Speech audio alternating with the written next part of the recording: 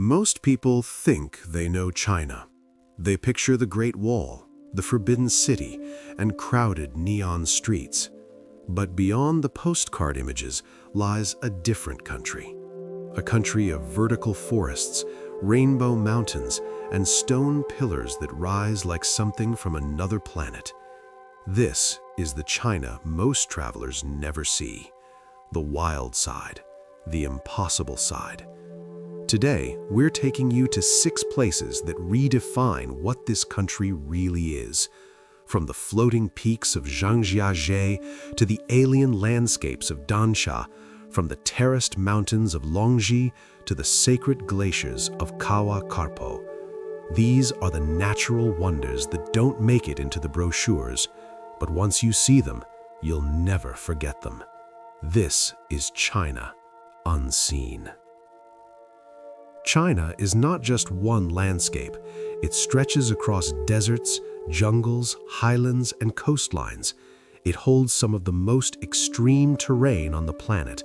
And tucked into that vastness are places that look like they belong in myths, not on maps. We begin in the mountains of Hunan Province, a place called Zhangjiajie.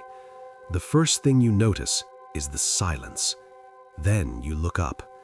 Thousands of sandstone pillars rise straight out of the mist, some over 1,000 feet tall. They're covered in green, floating in fog, scattered across the valleys like an ancient garden left by giants. Zhangjiajie National Forest is one of China's first UNESCO sites. It's also the real-world inspiration for the floating mountains in the film Avatar. But long before Hollywood arrived, this place was sacred to the Tujia people. They believed the pillars were the remains of warriors turned to stone. There's a skyway here now, a glass bridge suspended 1,500 feet above the canyon floor. You walk on air, surrounded by peaks that seem to defy gravity. It's beautiful, it's surreal, and it reminds you that nature doesn't need to follow the rules. But Zhangjiajie is just the beginning. The next stop takes us even deeper into the unexpected. We travel west to the edge of the Gobi Desert, to a place that looks like it was painted by hand. This is Zhangye Dansha, the Rainbow Mountains. Layers of red, orange, yellow, and green ripple across the hillsides like frozen waves. Each color represents a different mineral, a different era, compressed over 24 million years. Rain and wind sculpted the stone into curves and ridges. The result is one of the most surreal landscapes on Earth. At sunrise, the colors glow. At sunset, they burn. This is Gansu Province, along the ancient Silk Road. Merchants once passed through here on their way between empires, carrying silk, spices, and stories. Today, wooden boardwalks guide visitors across the hills, but the feeling remains the same, like walking through a dream that refuses to wake up. The local Yugur people still live in the valleys nearby. They herd livestock, sing old songs, and watch the mountains change with the light. Zhangye reminds you that the earth is an artist, and some of its best work is hidden in places most people will never go. But we're not done with the mountains yet. The next destination takes us south to a different kind of beauty. We arrive in Guangxi Province, in the villages around Longji, the Dragon's Backbone rice terraces. Here, the mountains aren't just mountains. They've been carved step by step into cascading fields that follow the contours of the land. These terraces were built over 700 years ago by the Zhuang and Yao ethnic groups. Generation after generation, they shaped the hillsides by hand. In spring, the terraces fill with water and reflect the sky. In summer, they turn bright green with growing rice. In autumn, they glow gold. And in winter, they rest under frost and fog. The villages here are small, wooden, tucked into the folds of the hills. People still farm the way their ancestors did. It's not wilderness in the raw sense. It's wilderness shaped by human hands, but shaped so carefully that it became part of nature itself. Standing at the top of the terraces, looking down over thousands of curved lines that follow the mountain like brushstrokes, you realize something. This isn't just agriculture, it's art, it's devotion, and it's been here, mostly unseen by the outside world, for centuries. But now we leave the soft green hills behind. The journey takes a harder turn toward ice, altitude, and the edge of the world. We cross into Yunnan province, near the border with Tibet, to a mountain range few outsiders have ever heard of. This is Kawa Karpo, also called Mealy Snow Mountain, a sacred peak that rises over 22,000 feet. It has never been summited, not because it's impossible, but because it's forbidden. The Tibetan people consider Kawa Karpo a deity, a protector, a living god.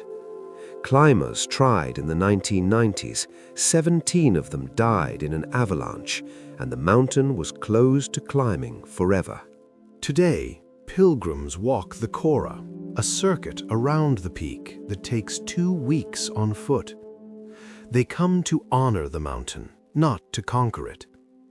At dawn, if the weather is clear, the summit glows pink and gold in the first light. It's called the Golden Mountain in that moment. The glacier that flows from Kawa Karpo is called Mingyang. It's one of the lowest altitude glaciers in the world, descending into green forest. You stand there at the edge of the ice, surrounded by prayer flags and silence, and you feel it, the weight of belief, the presence of something older than borders or names. Kawa Karpo is not a destination you visit, it's a place you witness, and it witnesses you back. But there's one more stop on this journey, and it might be the strangest of all.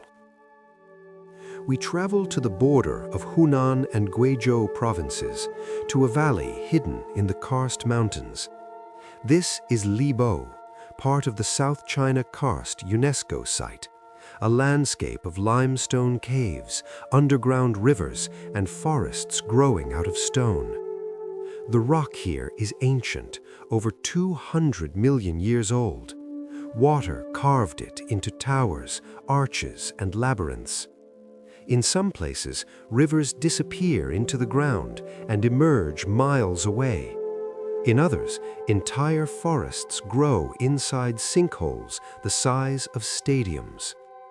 The local Shui and Miao people have lived here for generations. They build wooden houses on stilts, celebrate with drum festivals, and navigate the land using paths known only to them. Libo feels like a secret, not because it's hard to reach, but because it exists in its own quiet logic, apart from the rest of the world. You walk through bamboo groves and over stone bridges. You hear water, birds, wind in the leaves. And you realize this is what unseen really means. Not hidden, just overlooked, waiting. Of all the places we've visited, one stands out. Not because it's the most dramatic, but because it asks the most of you. Kawa Karpo. This is the peak moment of the journey, not in spectacle, but in meaning.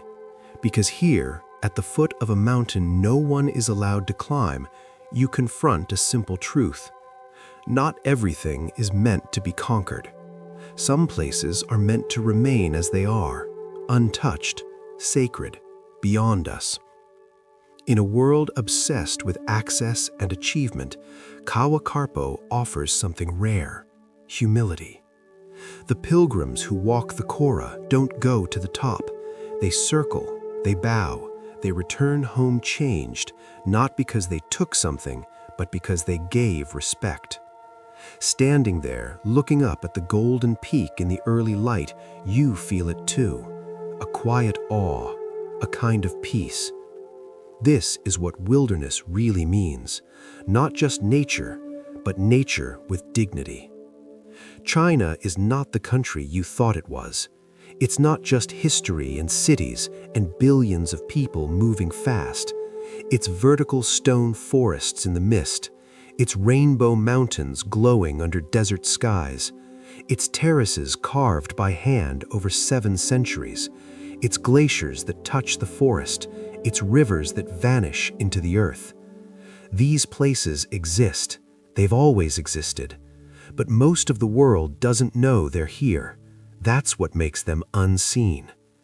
If this film changed the way you see China, then it did its job. If it made you curious about the places beyond the guidebook, even better. Because the wildest landscapes aren't always the farthest. Sometimes they're just the ones we haven't been told to look for. This is China, unseen, and it's waiting.